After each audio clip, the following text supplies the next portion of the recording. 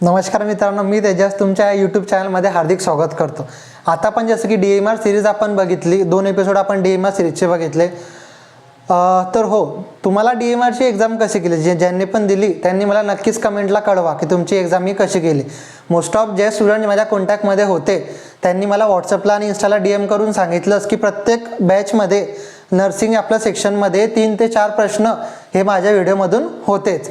मग माझं एकच लक्ष होतं की माझ्या व्हिडिओमधून एक तरी प्रश्न पडला पाहिजे, ते माझा व्हिडिओ सक्सेसफुल झालं। आता आपण पुढे बघूया।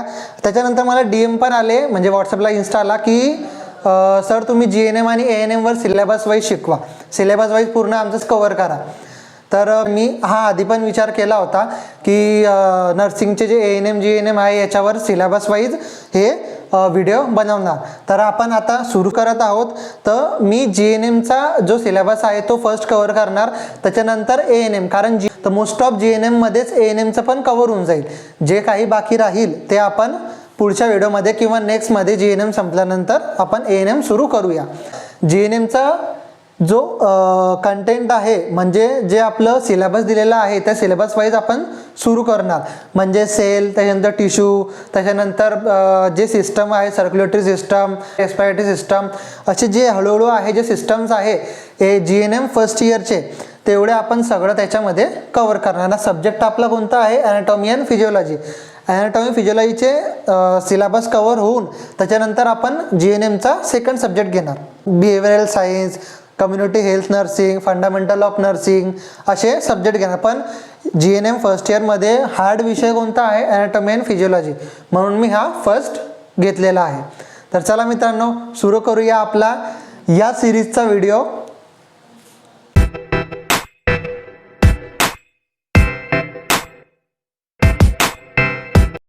तर बघूया आपलं सेल हा काय असतो। आता आपण सेल बघायला गेले तर सेल एक आपल्या बॉडीतला सगळ्यात छोटा, सगळ्यात स्मॉलेस्ट युनिट आहे, म्हणजे ज्याच्या सेलचा समूह तयार होऊन त्याच्यानंतर मग टिश्यू समूह तयार होऊन ऑर्गन बनतो, आणि ऑर्गनमुळे सिस्टम बनते, सिस्टममुळे आपलं पूर्ण शरीर बनतं। तर आपण सेल बघूया की त्याचे डेफिनेशन काय आहे, त्याचे फंक्शन्स काय आहे, सेलमध्ये काय होतं नेमकं। त्याची डेफिनेशन आहे, a cell is defined as the smallest basic unit of life that is responsible for all life process. Cell हे स्मॉलेस्ट बेसिक युनिट आहे, जे आपलं जेवढी पण लाईफ प्रोसेस आहे त्याच्यामध्ये ते एकदम एक युनिट आहे। त्याच्यानंतर cell are the structural, functional and biological units of all living being. जसं आता तुम्हाला सांगितलं की स्ट्रक्चर, त्याच्यामुळे स्ट्रक्चर तयार होतो, अँड फंक्शन पण त्या सेलमुळेच आपले जे बॉडी जे आहे ते पूर्णपणे फंक्शन करू शकते। Biological units for all living being, म्हणजे मनुष्य प्राणी तर आहेच, बाकीचे जे प्राणी असतात त्यांच्यामध्ये पण सेल हा बेसिक बायोलॉजिकल युनिट आहे। Second, they are non as building blocks of life. Building blocks म्हणजे कसं, आता समजून घ्या, एक प्रकारे आपण बघू घ्या की हा एक सेल आहे, हा त्याच्यामधला न्यूक्लियस आहे।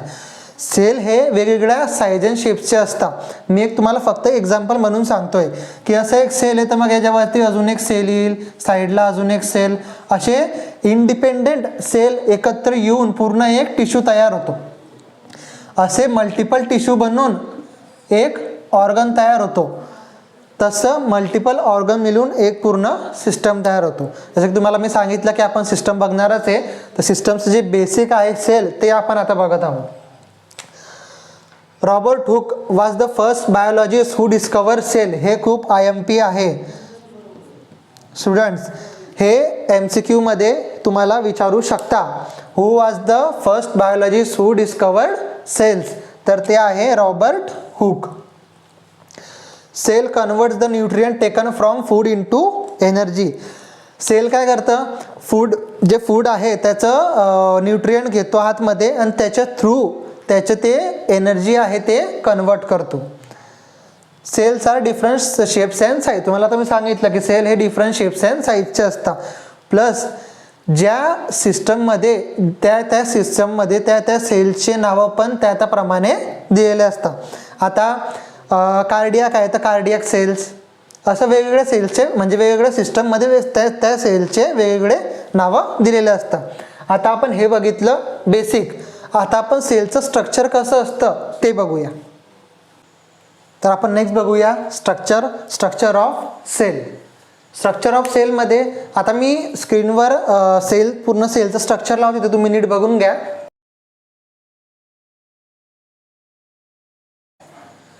त्याच्यामध्ये फर्स्ट आहे सेल मेम्ब्रेन. स्ट्रक्चरमध्ये cell membrane, because of cell membrane the cell fluid are protected and store. Cell membrane म्हणजे सेलचं वरचं आवरण, त्याच्यामध्ये सेल असतो, त्याच्यावरचं जे आवरण सेलचं ते आवरण. Because of cell membrane the cell fluid are protected and store. जो मधला जो सेल फ्लुइड असतो म्हणजे ते त्याचं सुरक्षित ठेवण्याचं काम कोण करतं? सेल मेम्ब्रेन फ्लुइडला, आणि स्टोअर पण ठेवतो तो. Cell membrane have selective permeability. आता ही सिलेक्टिव्ह परमेबिलिटी म्हणजे काय? सिलेक्टिव्ह परमेबिलिटी म्हणजे की सेलला जे नको असलेले पदार्थ आहे बाहेरच्या फ्लुइडमधून ते आत घेण्यास सिलेक्टिव्ह परमेबिलिटी जी आहे ती प्रतिबंध करते, म्हणजे सेल आवरणच प्रतिबंध करतो. तर सेल मेम्ब्रेनमध्ये सेल आवरणामध्ये ही पॉवर असते सिलेक्टिव्ह परमेबिलिटी, म्हणजे जे त्याला असलेले जे त्याला आवश्यक असलेले पदार्थ आहे तर तो बाहेरून घेऊ शकतो, पण जे नको असलेले आहे तो ते पदार्थांना तो प्रतिबंध करतो आत घेण्यास. नेक्स्ट आहे cytoplasm. Cytoplasm is a jelly like fluid and its functions is to provide nutrition to cell. Cytoplasm हा जेली लाईक फ्लुइड असतो, तो सेलला न्यूट्रिशन पोषण पुरवण्याचा कार्य करतो. नेक्स्ट आहे mitochondria is important for cell excretory and respiration. Mitochondria जे excretory म्हणजे नको असलेले पदार्थ जे बाहेर टाकण्याचे काम तो मायटोकॉन्ड्रिया करतो, आणि रेस्पिरेशन श्वसनाचे पण काम सेलचे मायटोकॉन्ड्रिया हे करतो. नेक्स्ट आहे गॉल्जी अपॅरेटस. गॉल्जी अपॅरेटसचं काम काय काय आहे? फ्लुइड प्रोडक्शन, म्हणजे सेलमधलं जो फ्लुइड आहे तो प्रोड्यूस करण्याचं काम गॉल्जी अपॅरेटस करते. नेक्स्ट आहे nucleus. It's takes place in centre of cell, म्हणजे मोस्ट ऑफ सेलमध्ये जे न्यूक्लियस असतं ते ना सेलच्या सेंटरलाच असतो. Nucleus also have membrane and also selective permeability.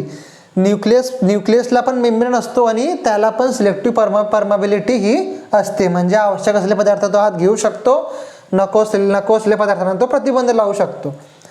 It contains nucleus SAP. Nucleus SAP म्हणजे सिंपल फ्लुइड. न्यूक्लियस जे फ्लुइड असतं त्या न्यूक्लियसच्या आत असतं. न्यूक्लियसच्या आत DNA पण असतं. DNAचं फुल फॉर्म काय? Deoxyribonucleic acid.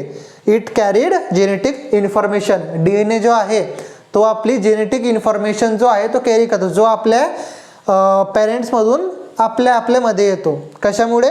DNA मुळे. जेनेटिक इन्फॉर्मेशन जो स्टोअर करतो, ह्या DNA मुळेच आपण आपल्या वडिलांसारखं दिसतो, बोलतो. नेक्स्ट आहे centrosome. Helps in division of cell. आता सेल एक आहे सिंगल सेल. मनुष्य प्राणी जे आहे तो सिंगल सेल ॲनिमल नाही. तर सेल हे वाढतात कसे, ग्रोथ कशी होते सेल्सची, म्हणजे ते डिवायडेशन कसा होतो ते आपण आता बघूया. आता आपण बघूया division of cell. Cell divide कसे होतात, सेल वाढतात कसे. सेलचे डिवायडेशनचे दोन प्रकार आहे, एक mitosis or somatic and meiosis. आता मिटोसिस अँड और सोमॅटिक, ते मिटोसिसमध्ये काय होतं नेमकं आपण ते बघूया. Division method. मिटोसिसमध्ये डिव्हिजन मेथड यूज होतो. डिव्हिजन म्हणजे 1चे 2 होणे, 2चे 4 होणे, अशा या मेथडनुसार सेल जे आहे डिवाइड होता. After some time period cell divided into 2 body cell. एक सेल मॅच्युअर झाल्यानंतर काही काळानंतर तो 2 बॉडी सेलमध्ये डिवाइड होतो.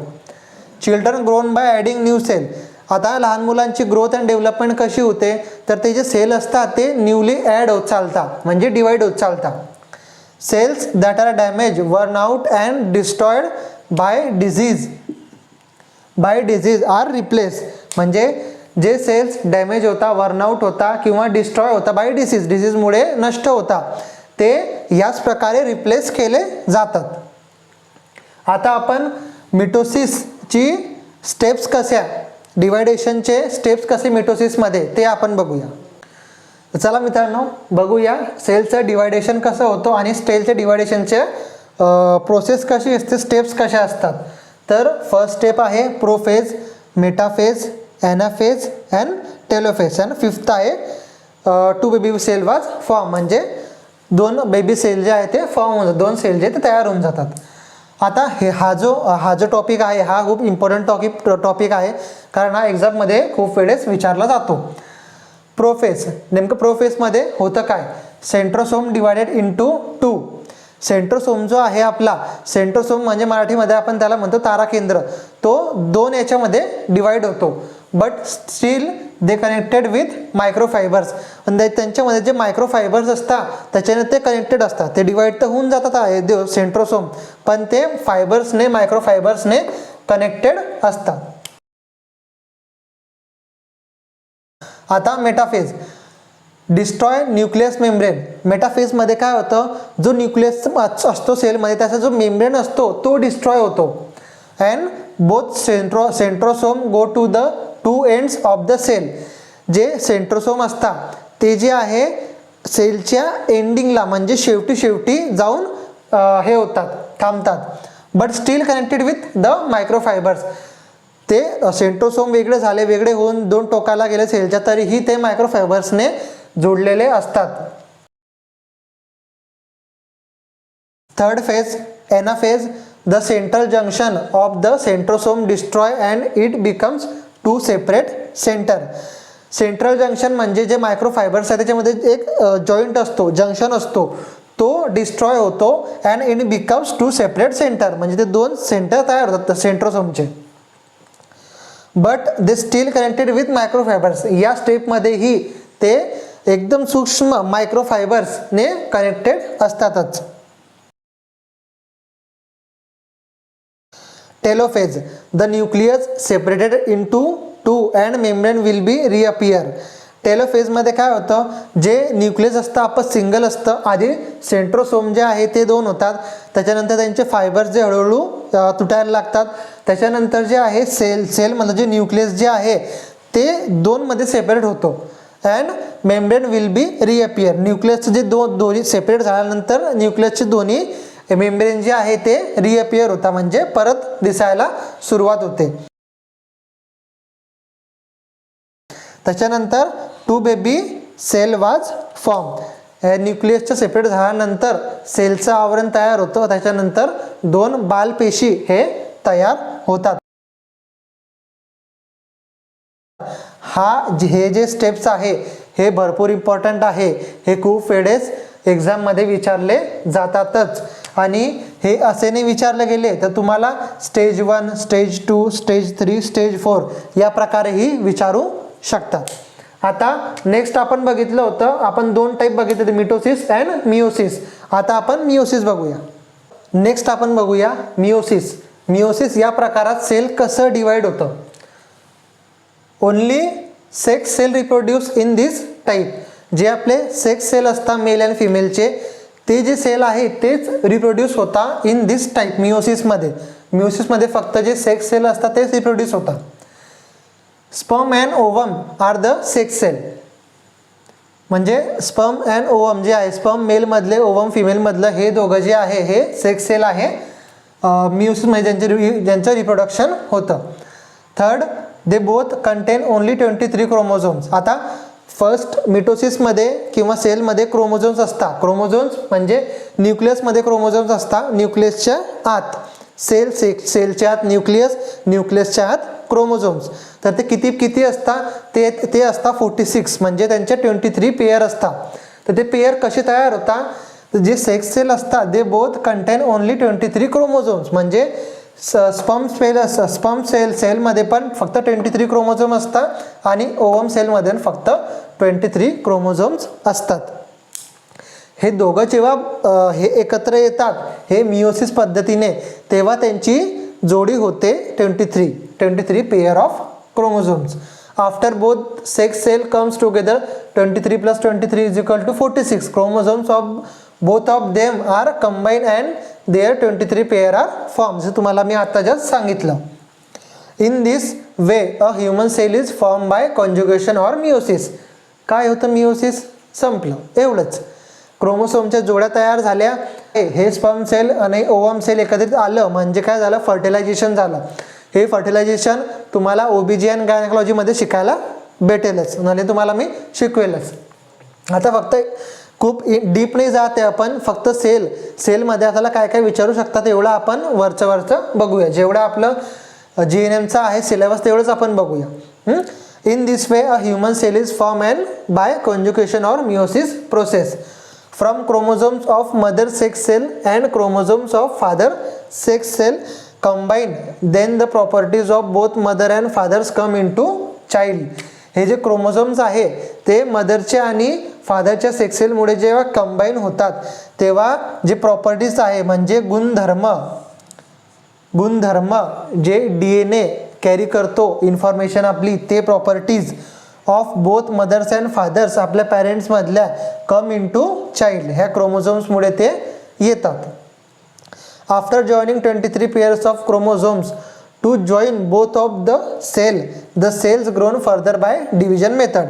After joining 23 pairs of chromosome जे आहे जेव्हा पेअर होऊन जातात 23 46 होऊन जातात chromosomes, join both the cell दोघं जॉईन होऊन जातात, एकत्र येऊन जातात, एकरूप होऊन जातात. Then cell grown further by division method. याच्यानंतर ते एकत्रित दोघं सेल एकत्रित आले म्हणजे एक पूर्ण ह्युमन सेल तयार झाला. याच्यानंतर याचं जे ग्रोथ आहे ते डिव्हिजन मेथडनेच होतं. जे आपण आता मिटोसिस शिकले ना, ते मिटोसिस प्रोसेसनेच त्याचं पुढे ग्रोथ होते. कसली? मियोसिस जे असतं, मियोसिस झाल्यानंतर मियोसिसची प्रोसिजर पूर्ण कंप्लीट झाल्यानंतर जो सेल बनतो, ह्युमन सेल तयार होतो, तो नेक्स्ट पुढे ग्रो होण्यासाठी डिव्हिजन मेथड यूज करतो. फक्त जे सेक्स सेल आहे ते रिप्रोड्यूस होण्यासाठी मियोसिस ही पद्धत आहे. काय होतं, आपलं सेल संपलं. फक्त एवढंच. आता तुम्हाला याच्या व्यतिरिक्त काहीही एक्झाममध्ये विचारणार नाही. आता बघा, आपल्याला फक्त कन्सेप्ट क्लिअर करायचे. तुमचं एक वेळेस कन्सेप्ट क्लिअर झालं की म्हणजे तुम्हाला बिंदास लिहिता येईल पेपरमध्ये. तुम्हाला फक्त हे रट्टानी मारायचं की हां हे असं असतं. हे मी तुम्हाला इंग्लिशमध्ये पूर्ण हे म्हणजे इंग्लिशमध्ये लिहून दिलेलं आहे आणि मराठीमध्ये पूर्ण एक्सप्लेन केलं आहे. तुम्ही असं लिहिणार का? नाही, एक्झाममध्ये तर ॲज इट इज लिहिणं इम्पॉसिबल आहे. पण तुमचं जर कन्सेप्ट क्लिअर झालं तर तुम्ही हे परफेक्टली लिहू शकता. समजलं? आता हे ऑल ओव्हर नोट्स नाही आहे, मी फक्त एक कन्सेप्ट क्लिअर करण्यासाठी तुम्हाला हे सगळं शॉर्ट याच्यामध्ये समजावलेलं आहे. आता नोट्स माझ्याकडे आहे, पण मी नोट्स का देत नाही? कारण रट्टा मारून काहीही होत नाही. जरी कोणाला नोट्स हवे असतील तर मला तुम्ही DM करा, मी तुम्हाला नोट्स प्रोव्हाइड करून देईल. तर इथं आपलं सेल संपलं. आता याच्या पुढे आपण टिश्यू बघूया. टिश्यू नेक्स्ट एपिसोडमध्ये, नेक्स्ट व्हिडिओमध्ये. तोपर्यंत धन्यवाद. होप सो तुम्हाला व्हिडिओ आवडला असेल, समजलं असेल तर प्लीज सबस्क्राईब करा. जय हिंद, जय महाराष्ट्र.